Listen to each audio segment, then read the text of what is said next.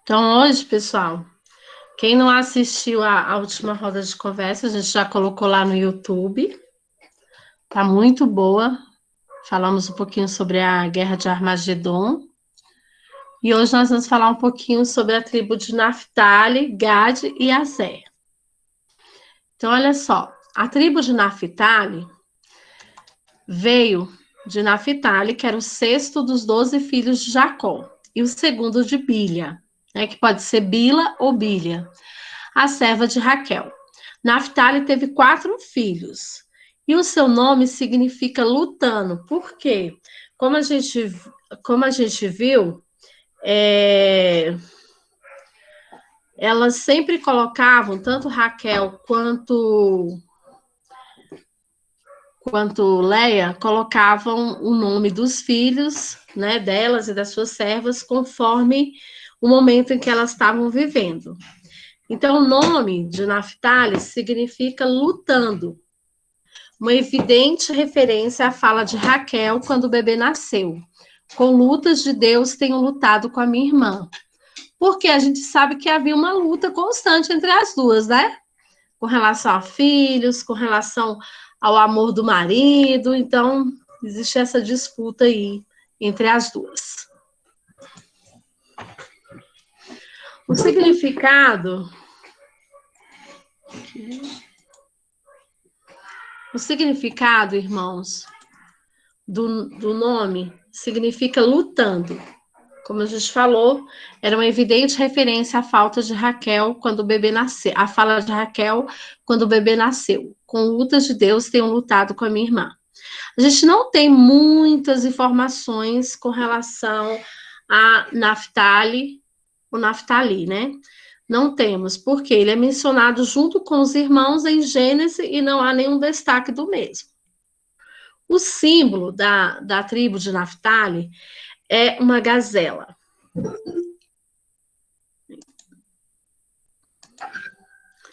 Então, essa gazela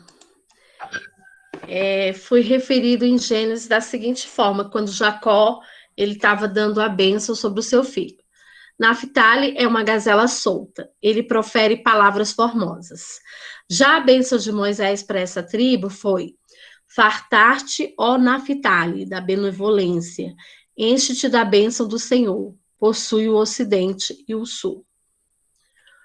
A gazela, gente, era um símbolo da pureza primordial, de liberdade, de fecundidade. A referência de que Naftali proferia palavras formosas parece indicar que ele havia recebido grande conhecimento e ele era capaz de transmiti-lo de maneira primorosa. Moisés, ele abençoou essa tribo com prosperidade e fez referência à maravilhosa herdade que eles teriam. Então, com relação às terras, vou passar só uma aqui para vocês poderem estar vendo. Aí no mapa, né, do acampamento de Israel, a gente pode ver que Assé e Naftali ficavam ao norte, junto com a tribo de Dan. Já a gente vai ver que a tribo de Gade, ele fica ao sul, junto com a tribo de Simeão e Ruben.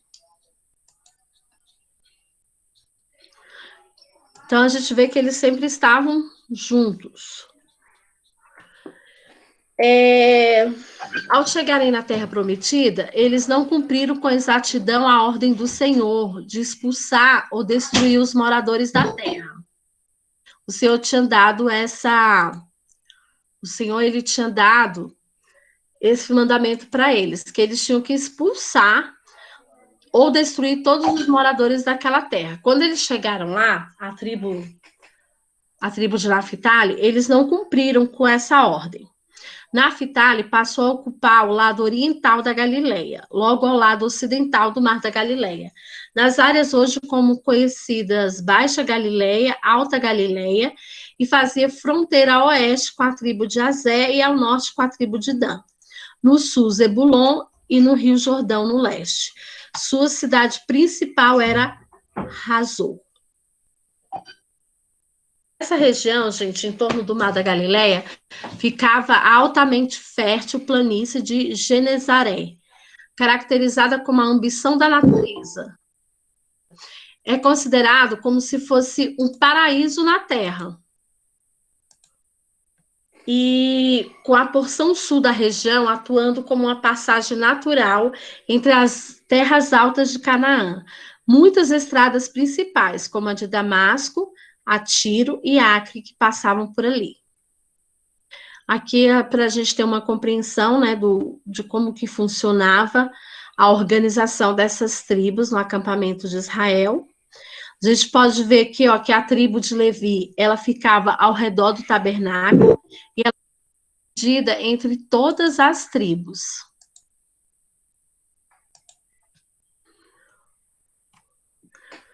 Um dos juízes mencionados no livro de Juízes foi o da tribo de Naphtali, foi Baraque. Ele lutou ao lado de Débora.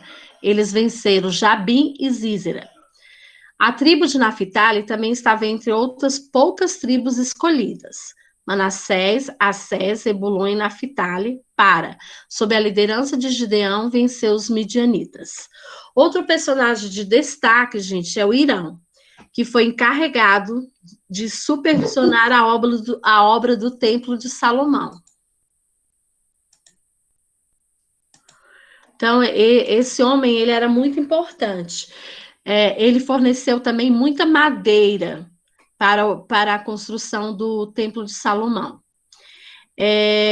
Como o Lucas ele tinha mencionado no artigo anterior, Irão era descendente de Dan. Contudo, há uma passagem que diz que ele era descendente de Naphtali. E também tem alguns estudos que falam que ele era descendente de Sansão.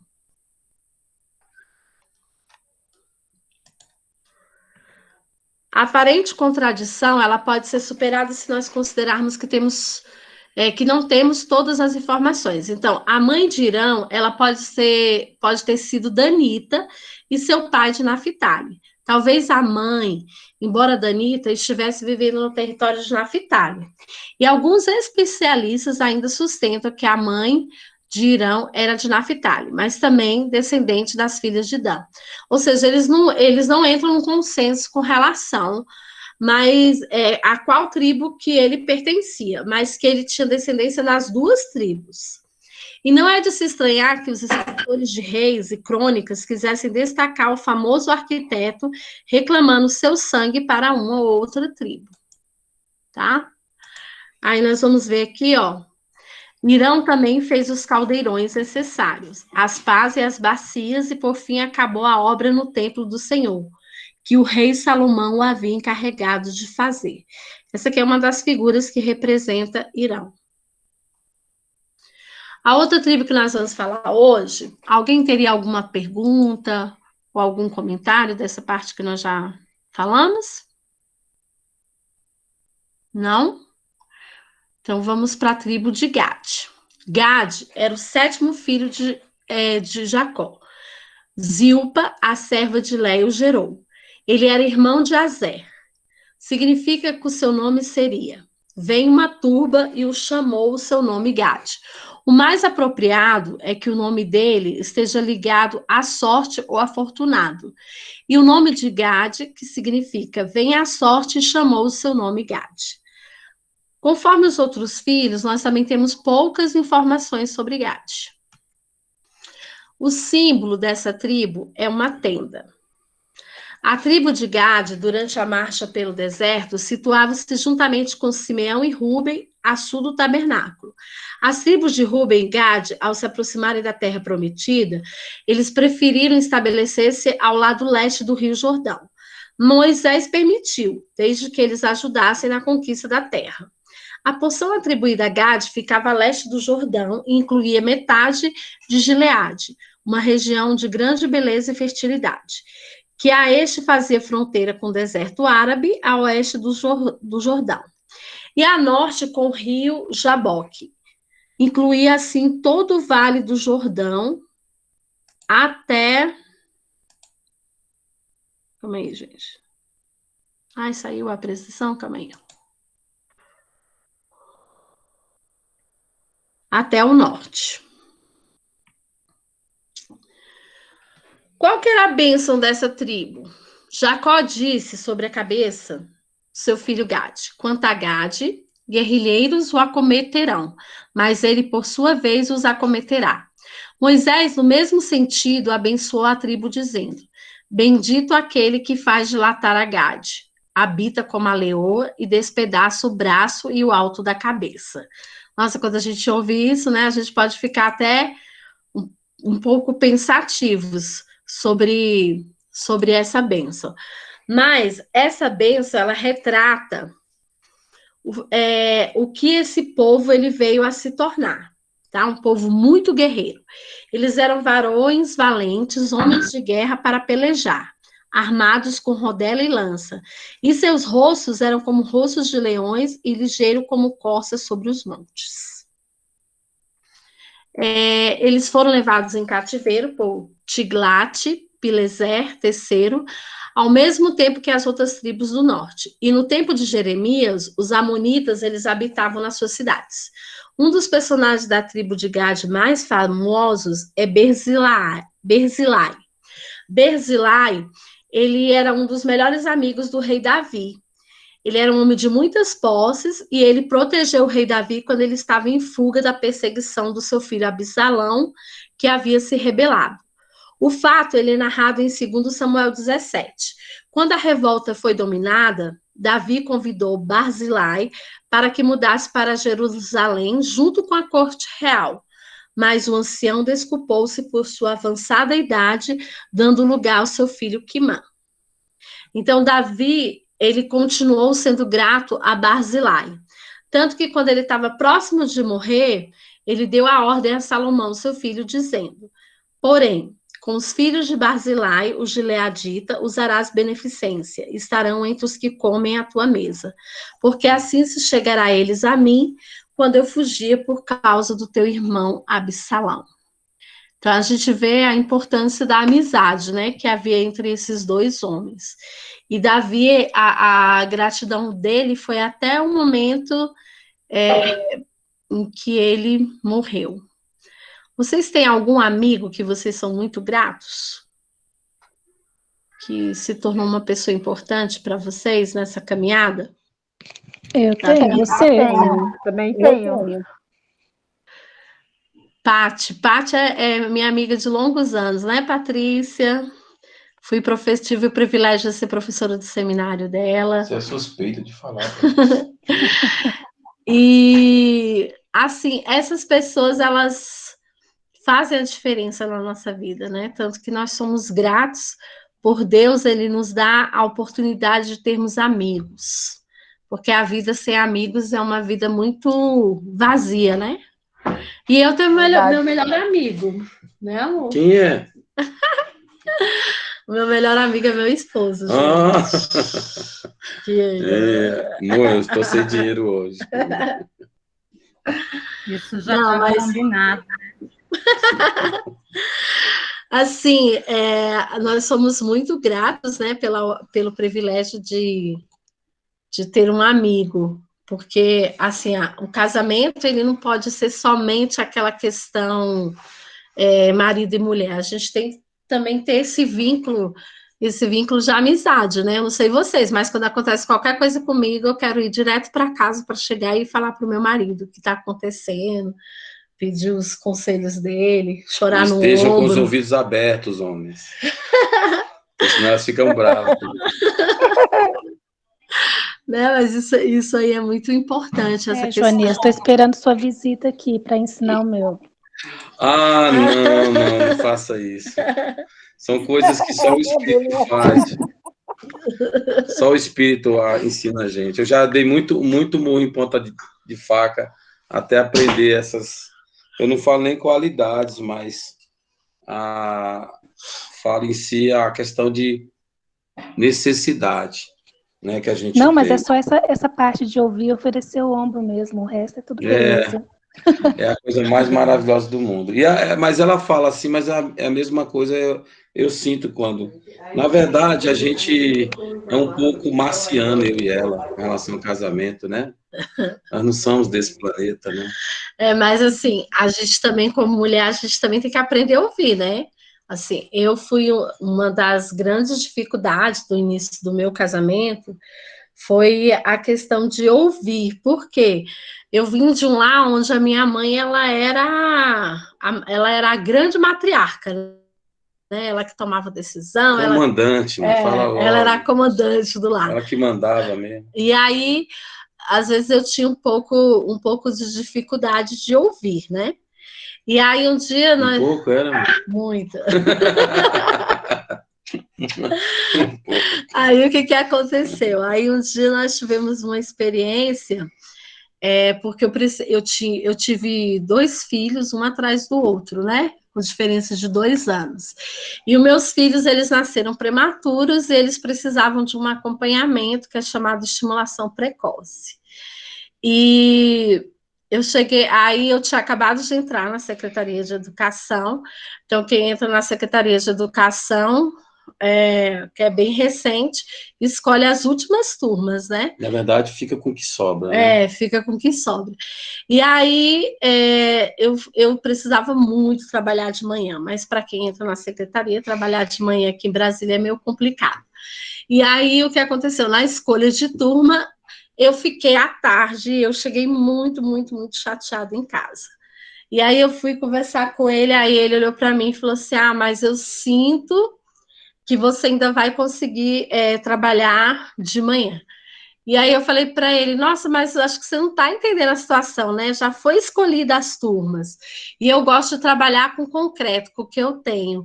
E o seu problema é que você sente demais as coisas. Eu falei isso para ele ficou meio cabisbaixo. Então tá bom. Aí no outro dia, gente, eu fui trabalhar. Quando eu cheguei lá, a diretora me chamou falando que tinha uma professora que ela tinha conseguido remanejamento para sair da escola, e a outra professora que poderia trabalhar de manhã, ela não gostava de trabalhar, e que a próxima que teria oportunidade de trabalhar de manhã seria eu. Aí eu me lembrei de tudo que eu tinha falado pro meu marido, né? Aí eu fui pro banheiro e comecei a chorar. E aí eu fiz o compromisso com o Senhor, que na verdade eu já tinha feito, mas não estava cumprindo, né? De ouvir o meu esposo assim como ele ouvia ao Senhor. Então... Só que tem uma ressalva, viu? Eu falei para ela, no início do nosso casamento, uma certa vez a gente teve uma discussão. Ela falou, mas você falou isso, eu fiz e deu errado. Aí eu falei assim, sabe o que é que foi? Você não prestou atenção. Naquele momento, quem estava falando era um homem natural, não era o portador do sacerdócio. Então você tem um desafio ao longo da nossa vida de descobrir quando é o homem natural que está falando e quando é o portador do sacerdócio. Porque muitas vezes o Senhor vai realmente falar comigo e vai me orientar, te dar um conselho, mas também das outras vezes, eu, homem, vou poder falar e às vezes se você seguir sem ter esse cuidado, você pode fazer a coisa errada, nós podemos fazer as coisas erradas. Porque eu não vou ser sempre 100% pureza, 100% santo, essas coisas todas. Porque não tem como ser assim. Às vezes a sintonia não vai estar bem naquele dia. Então, nós, portadores de sacerdócio, nós precisamos ter esse cuidado com as nossas esposas, de orientar elas, até mesmo para que elas saibam quando nós estamos realmente aptos a ajudá-las com o conselho vindo dos céus, né? E quando nós também não estamos aptos, a gente também precisa ter a coragem também de dizer, olha, hoje eu não estou com condições de dar. E foi uma lição não só para ela, foi para mim também. Aprender também que quando eu não posso dar nenhum conselho, eu falar, ó, hoje não tem como, eu não tenho as coisas para você. Uhum. Quem levantou a mão foi a irmã Edna e a Fran. Primeiro a Fran, depois a irmã Edna. Boa noite, pessoal. O título de amigo ele é tão especial que o Helder Carlos Agodoy, na última conferência, chamou ele de anjos, né? Uhum. Muito bom, muito bem lembrete. Verdade. Lindo. Nessa reunião aqui hoje, nesse encontro aqui hoje, eu tenho 3 anjos. Esse casal que indica pra gente, que eu amo muito, e o presente também, que é a Patrícia. A Patrícia é um presente. Olha, que legal. Irmã Edna? Ai, que linda, Fran.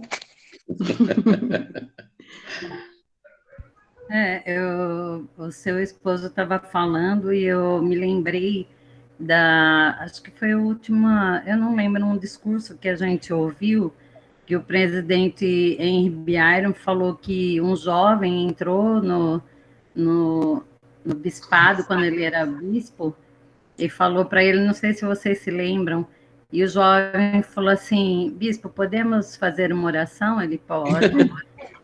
Lembram disso? Daí ele falou assim, podemos, daí eu posso, eu não sei se ele mesmo podia ir, eu posso fazer oração? Pode. Aí ele ficou ouvindo a oração do jovem, e o jovem falou, né, chamou o Pai Celestial, tal, e falou, ó, né, a gente queria pedir que o Senhor nos orientasse, porque o bispo errou no que ele tinha falado, no conselho que ele tinha dado para o jovem. Aí o presidente Iron fazia, como assim, né? Então, mas é bem isso mesmo, né? Ele falou, às vezes a gente pensa, né, que a gente está dando uma orientação correta e às vezes o espírito não está falando bem aquilo, né? Então a gente precisa realmente estar atento ao espírito, né? Então, porque quando nós estamos atentos ao Espírito Santo, as pessoas que estão conversando, as duas vão sentir o mesmo espírito, né? É tão maravilhoso quando a gente fala através do espírito, né? Porque todos são edificados, né? É isso que eu queria falar. Lindo, irmão, lindo comentário, isso mesmo, maravilhoso. E nós também temos que ter os nossos líderes, né? Como nossos amigos. Me lembro que meu último dia na missão, eu sempre chamei o meu presidente de Papai Cuthbert. E quando nós chegamos na última entrevista, ele perguntou se eu queria alguma coisa dele, né? Eu falei que eu queria duas coisas. Aí a primeira eu perguntei para ele assim, presidente, o senhor é meu pai espiritual? E ele disse sim, eu sou seu pai espiritual. E aí eu falei para ele o seguinte, então, se o senhor é meu pai espiritual, eu quero uma bênção paterna. E aí ele me pediu 5 minutos para orar, e eu lembro que ele saiu da sala, e aí ele voltou, né, e falou assim, agora eu estou preparado para dar a sua bênção. E uma das coisas que ele me falou na minha bênção é que eu teria que ter muita fé para casar com o meu eleito. E aí, chegando em casa, eu conheci Jonias Parente. Então, assim, eu batizei na igreja, eu tinha 11 anos de idade. O meu sonho, como o sonho de toda moça, era casar com um missionário retornado.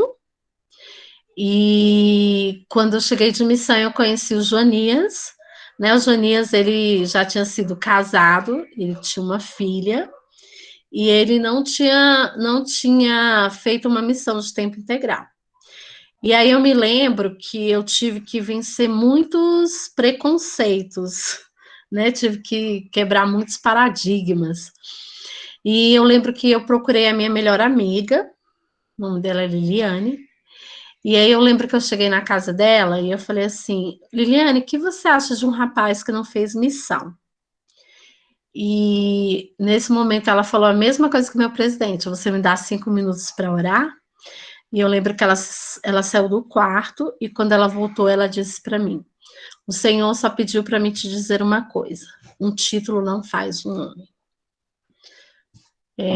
E aí eu comecei a me lembrar das coisas que eu aprendi com a Sister Cuthbert, que foi a esposa do meu presidente, e ela falava que eu precisava me casar com alguém que tivesse o brilho de um testemunho nos olhos, e que quando eu tivesse com essa pessoa, eu pudesse sentir o mesmo espírito da missão. E quando eu estava com Joanias, eu realmente sentia o brilho do testemunho nos olhos e também sentia o Espírito do Senhor. E aí só que faltava a terceira qualidade, é que eu tinha que ter um testemunho assim como eu tenho que a igreja verdadeira de que ele era a pessoa com quem eu devia me casar. E aí ele me pediu em casamento, aí eu disse que não. Não, me pediu em casamento, não. Eu pedi várias Várias vezes em vezes. casamento. Aí eu disse que Foi não, só porque eu uma ainda não. não tinha esse testemunho, né?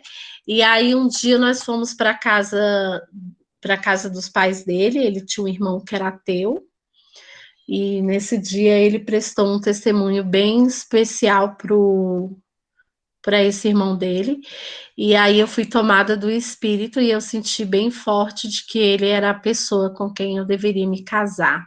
Fez quase eu ser preso, né? Por causa disso.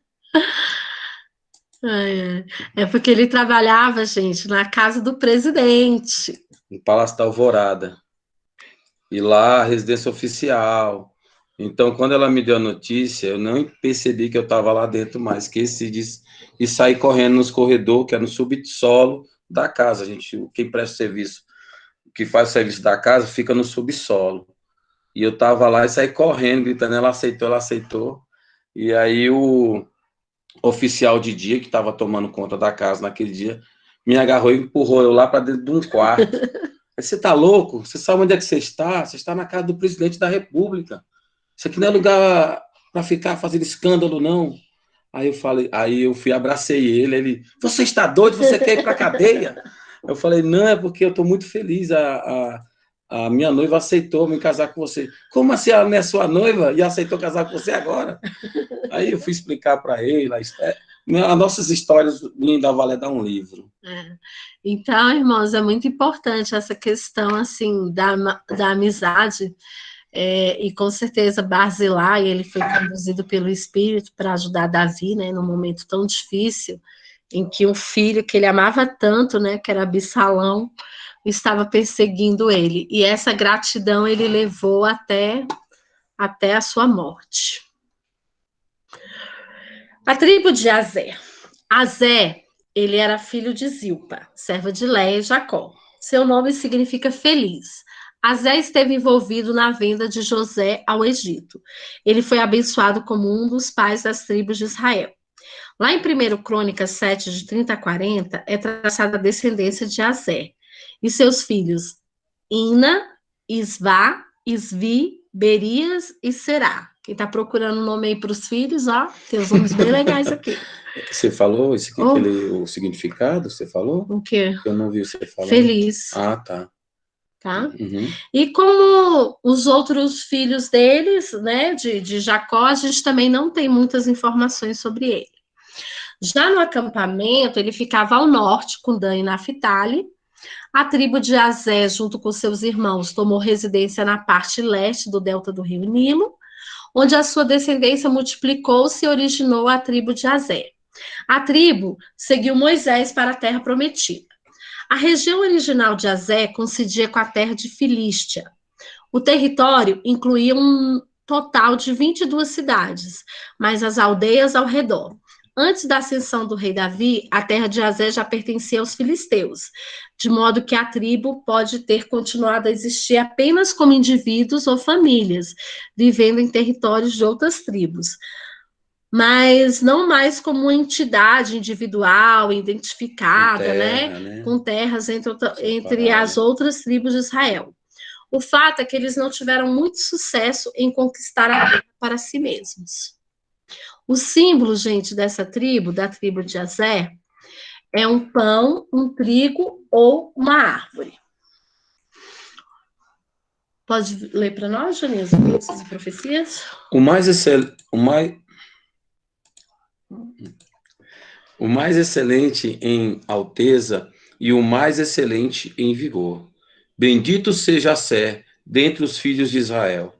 Seja o favorecido de seus irmãos, e mergulhe em azeite o seu pé. De ferro e de bronze sejam os teus ferrolhos, e como os teus dias, assim seja a tua força. Ou numa versão mais recorrente, bendito seja Assé, com os seus filhos, agrade e a seus irmãos, e banhe em azeite o seu pé, seja o ferro e de metal o teu calçado, e a tua força seja como os teus dias.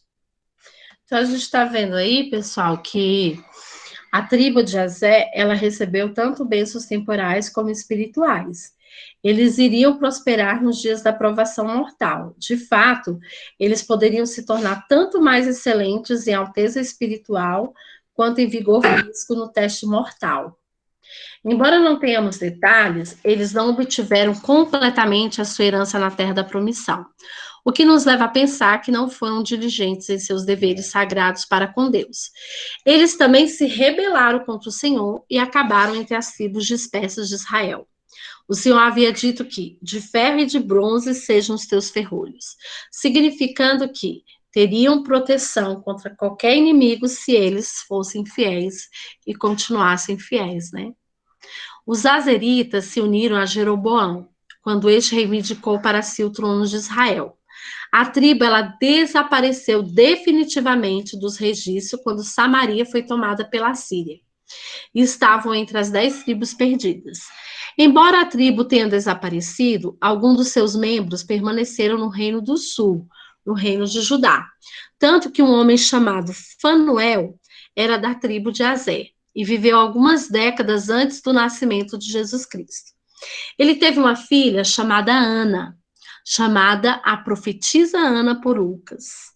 Ana era viúva, de quase 84 anos, e não se afastava do templo servindo a Deus em jejuns e orações de noite e de dia.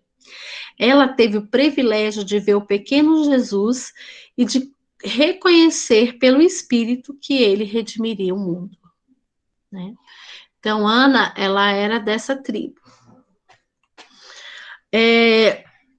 A minha pergunta nessa noite é: será que eu estou aguardando tão ansiosamente essa vinda do Salvador como Ana, ela aguardou através de orações e jejuns e servindo constantemente no templo?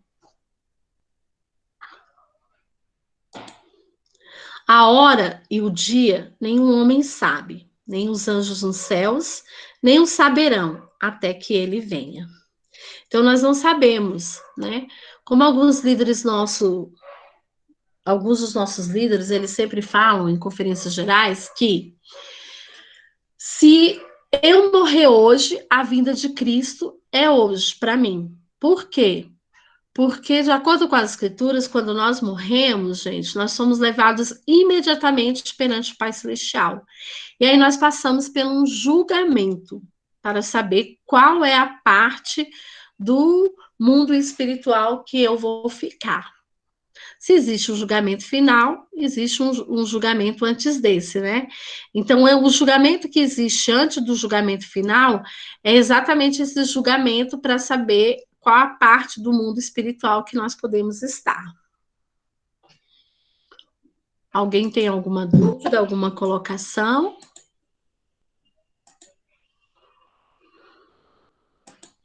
Já 24 horas, né? Já que a gente não sabe para que lugar que vai, então está preparado 100%. Isso mesmo. Tanto que o presidente Roosevelt Nelson, ele falou, né, irmã Natália, da importância de nós termos um arrependimento diário. O nosso arrependimento deve ser diário.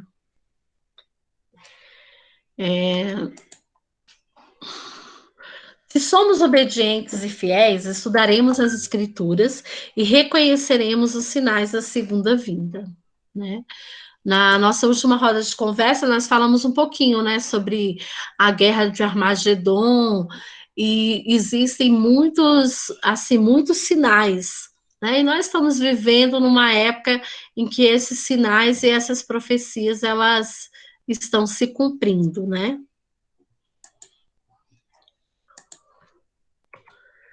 A causa da coligação é uma parte essencial para ajudar a preparar as pessoas para a segunda vinda do Salvador.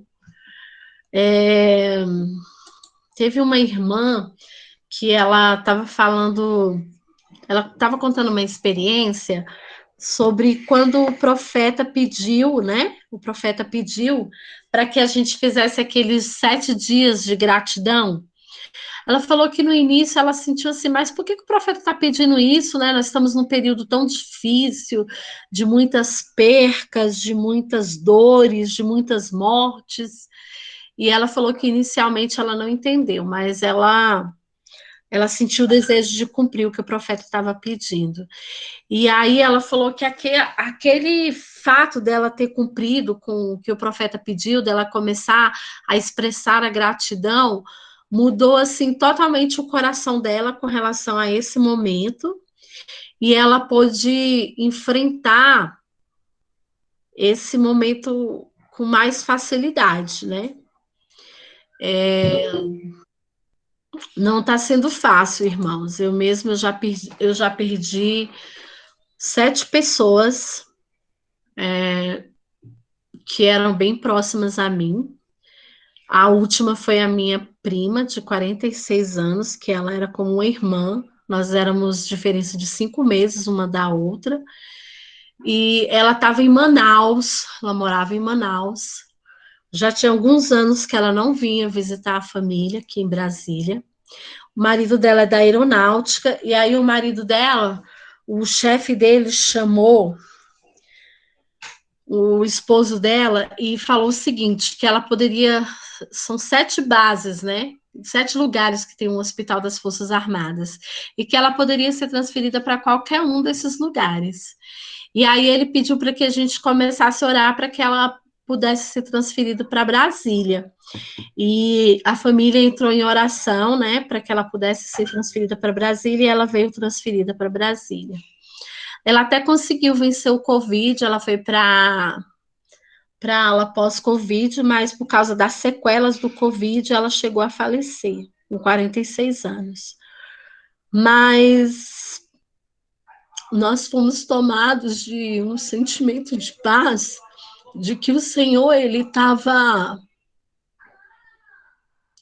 como sempre comandando a situação, porque o Senhor providenciou um meio dela poder vir para Brasília, falecer aqui em Brasília, e aonde o filho dela, os filhos dela, né, 2 filhos e o esposo pudessem ter o apoio da família, e ela pudesse morrer onde estava todos os familiares dela.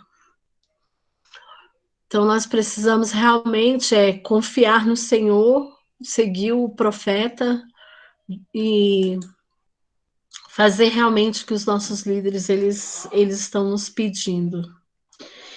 E ajudar a preparar as pessoas para a segunda vinda do Salvador.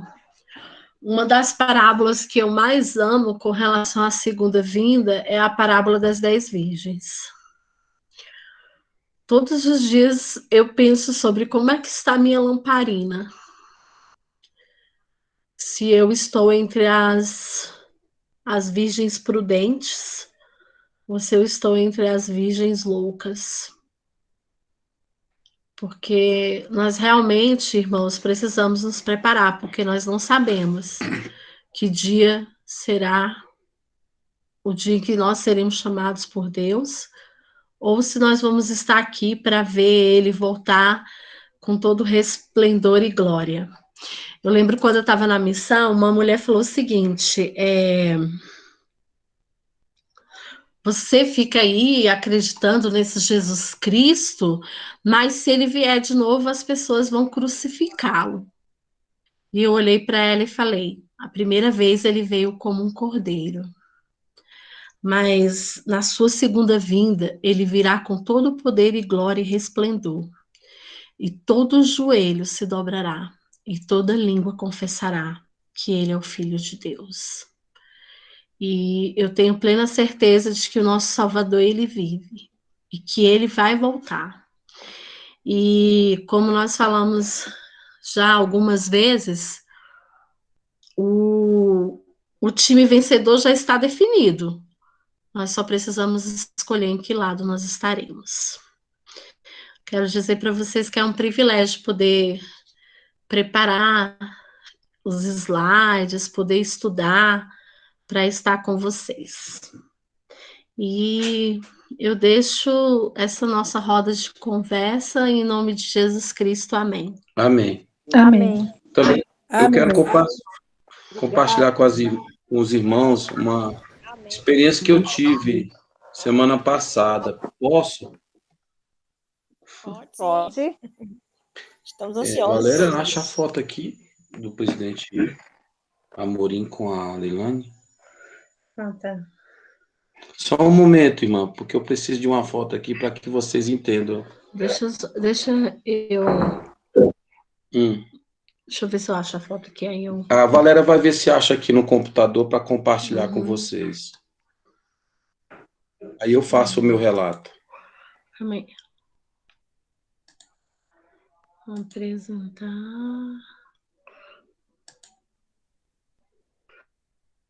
Já está no seu Google Drive? Deixa eu só ver aqui uma guia.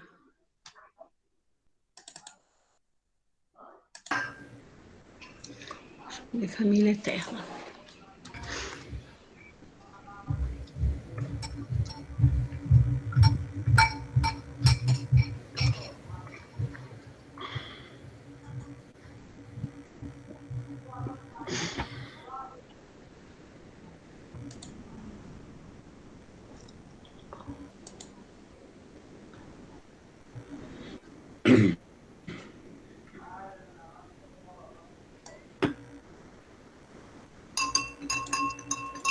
Aqui.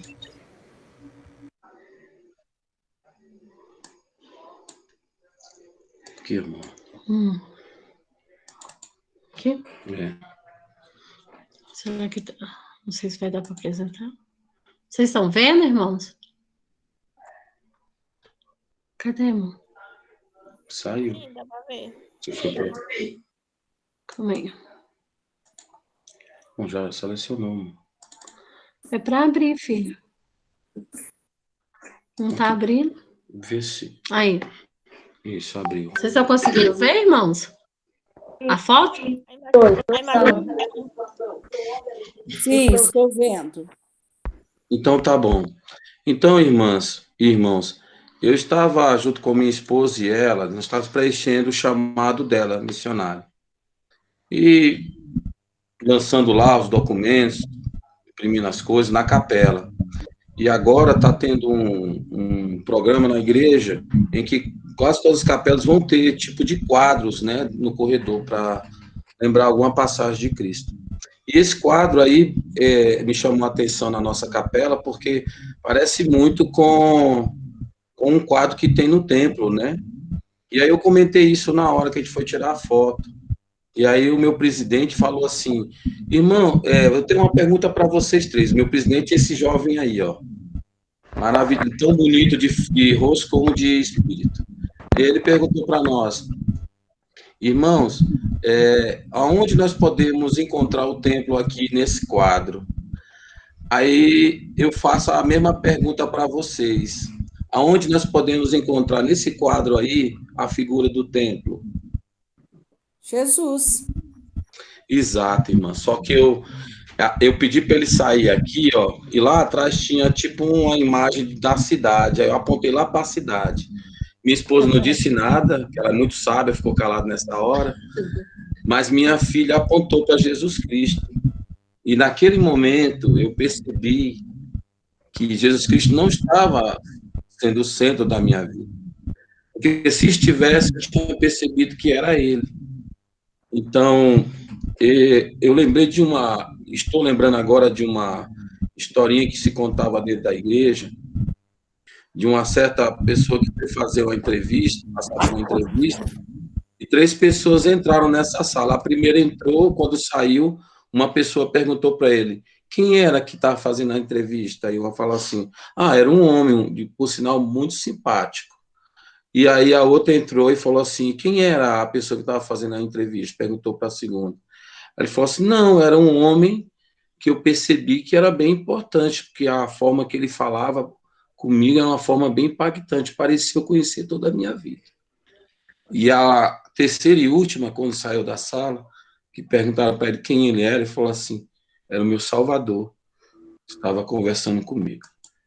Eu sei que Cristo vive, Eu sei que, embora as dificuldades que nós estejamos passando, se Ele for o centro de nossas vidas, nós iremos passar por ela com mais facilidade do que passaríamos sem Ele. Eu sei disso. O jugo dele é suave, o fardo é leve. Mas desde que a gente possa aceitar isso, a escritura que foi lida, essa escritura diz que o Senhor falar, pois o meu coração é humilde e manso. Então, assim, as pessoas que forem humildes e mansas, elas poderão sentir esse jugo mais suave, o fardo mais leve. Então, que nós possamos continuar firmes, meus irmãos. Nós vamos vencer, não só a pandemia, mas nós vamos vencer nossas dificuldades. O Senhor vai completar aquilo que está faltando em nós. Nós não vamos ser totalmente perfeitos nisso, mas nós conseguiremos, desde que nós possamos ser fiéis àqueles convênios que já fizemos com Ele e que iremos ainda fazer outros. Em nome sagrado de Jesus Cristo. Amém. Amém. Amém. Amém. Testemunho, irmão, que assim seja. Um beijo, Rafael. Então, essa galera. foi a nossa roda de conversa de hoje. Espero que vocês tenham gostado, irmãos. Amei. Foi muito bom. Beijo. Muito obrigada. Tchau. Amei. Beijo, Depois Gás. coloca o material para nós. Boa Tá, noite irmã, a vou todos. passar.